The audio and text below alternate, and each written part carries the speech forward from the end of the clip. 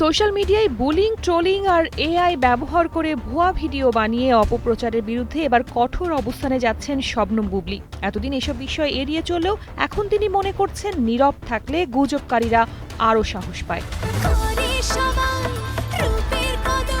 View আর dollar আয়ের লোভে ইচ্ছাকৃতভাবে নেগেটিভিটি ছড়ানো হচ্ছে বলে মনে করেন এই অভিনেত্রী। বিশেষ করে মিথ্যা তথ্য ও ভুয়া কন্টেন্ট ছড়িয়ে মানুষের সম্মান নষ্ট করার প্রবণতা দিন দিন বাড়ছে, যা আর সহ্য করার মতো নয়। একমাত্র স্মার্ট সিটি বসুন্ধরা, আধুনিকতায় এক ধাপ এগিয়ে। সবচেয়ে দুঃখজনক বিষয় হিসেবে তিনি উল্লেখ করেছেন, নারীদের দিয়েই অনেক সময় নারীদের আক্রমণ করা হচ্ছে। পাশাপাশি বিদেশে বসে দেশের শিল্পীদের হেয় করার ঘটনাকেও তিনি অগ্রহণযোগ্য বলে মনে করেন।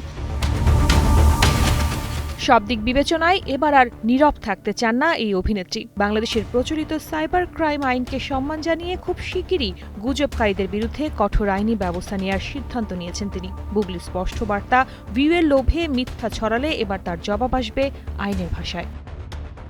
শার্লিন সুমি, কালের কণ্ঠ।